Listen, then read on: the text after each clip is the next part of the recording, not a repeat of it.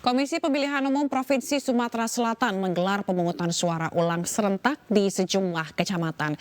Hal itu terjadi karena diduga adanya penggelembungan suara dan tidak adanya saksi salah satu partai.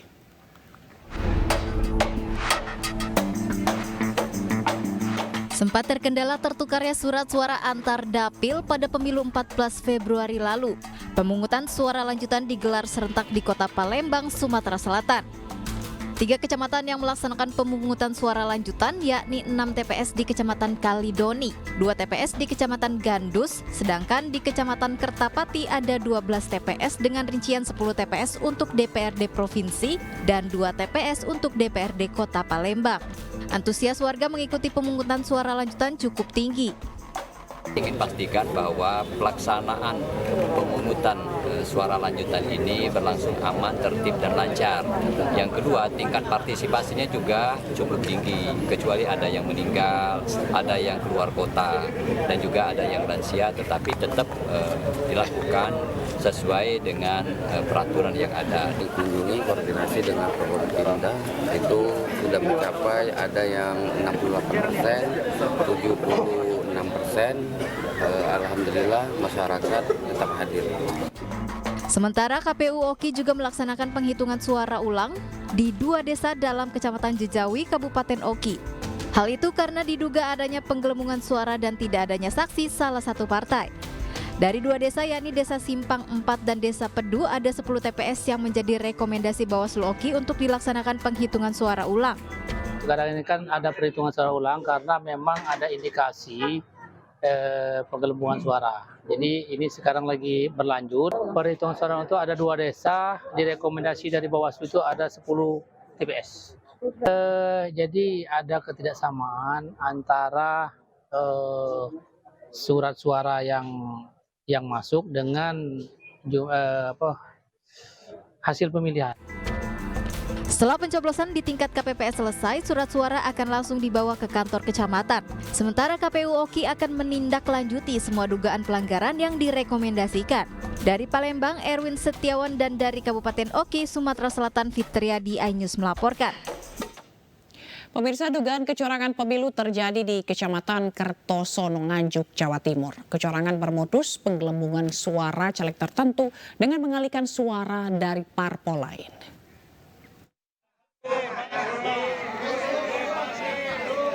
Ketua Panitia Pemilihan Kecamatan Kertosono, Nganjuk, Jawa Timur dan anggota Panwascam setempat diamankan di kantor Bawaslu. Keduanya diduga menggelembungkan suara salah satu caleg di Dapil Nganjuk 3 dari Partai Golkar. Adu mulut pun sempat terjadi di antara para pihak yang menghadiri rapat pleno hasil rekapitulasi suara di Kecamatan Kertosono. Meski terjadi masalah, namun proses rekapitulasi suara tetap berjalan.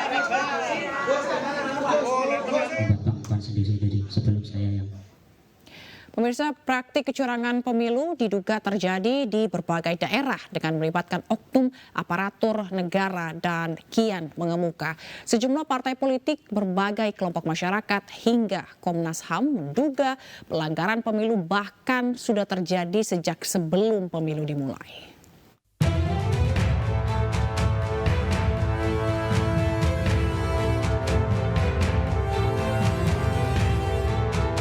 Komnas HAM menyatakan ada belasan aparatur negara di berbagai daerah yang diduga tidak netral dalam pemilu 2024. Pertama, ada 12 kepala desa di Kecamatan Buduran, Kabupaten Sidoarjo, Jawa Timur yang menyatakan dukungan ke salah satu peserta pemilu.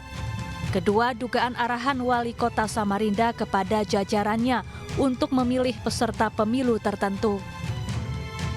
Ketiga, viral video ajakan PJ Gubernur Kalimantan Barat mengajak warga dan jajarannya memilih capres yang mendukung pembangunan IKN. Atas temuan ini, Komnas HAM telah melaporkannya ke Bawaslu. Sementara itu, organisasi Jaga Pemilu menemukan setidaknya 8 bentuk pelanggaran dalam pemilu. 3 jenis diantaranya masuk kategori pelanggaran besar, yakni penggelembungan suara salah satu paslon, larangan untuk tidak boleh mencoblos, dan salah input data di aplikasi Sirekap milik KPU. Jaga Pemilu juga menyoroti sejumlah masalah yang muncul sejak sebelum pemilu berlangsung. Kita melihat bahwa kecurangan itu tidak hanya terjadi pada hari H. Dalam pemilu 2024 justru kecurangan itu berlangsung secara, karena sekarang bahasanya TSM kan, terstruktur, sistematik, masif sebelum hari H. Kita nggak perlu menarik jauh sampai ke MK, itu nanti pembahasan di bidang lain. Pembicara lain mungkin akan menyinggung itu dan kita sudah banyak membahas itu. Tapi dari riset kami seminggu sebelum pemilu saja kita sudah melihat bagaimana otoritas lingkungan terlibat, bagaimana lurah, kepala desa, RT, RW, itu juga aparat kepolisian itu terlibat untuk memenangkan paslon tertentu. Sejumlah kelompok masyarakat juga turun ke jalan dan berunjuk rasa di depan gedung KPU. Mereka menolak kecurangan pemilu hingga mempertanyakan penghitungan suara di aplikasi Sirekap KPU yang dinilai mengandung kejanggalan. Sementara itu, Koalisi Parpol pengusung Capres Ganjar Pranowo dan Koalisi Parpol pengusung Capres Anies Baswedan kompak berencana menggulirkan hak angket di DPR. Hak angket adalah salah satu hak yang dimiliki DPR untuk menyelidiki pelaksanaan undang-undang atau kebijakan pemerintah yang menyangkut hal penting, strategis, dan berdampak besar bagi bangsa, negara, dan rakyat. Hak angket diharapkan bakal membuktikan dugaan kecurangan pemilu. Sebelumnya, DPP PDI Perjuangan dan DPP PKS juga telah menyurati Ketua KPU yang berisi penolakan penghitungan suara di aplikasi Sirekap. Tim Liputan iNews melaporkan. Dukungan Koalisi Perubahan terhadap semua langkah untuk mengungkap kebenaran dan menghasilkan pemilu yang jujur dan adil makin membuka lebar wacana penggunaan hak angket. Saat ini Koalisi Perubahan menunggu sikap dari PDI Perjuangan.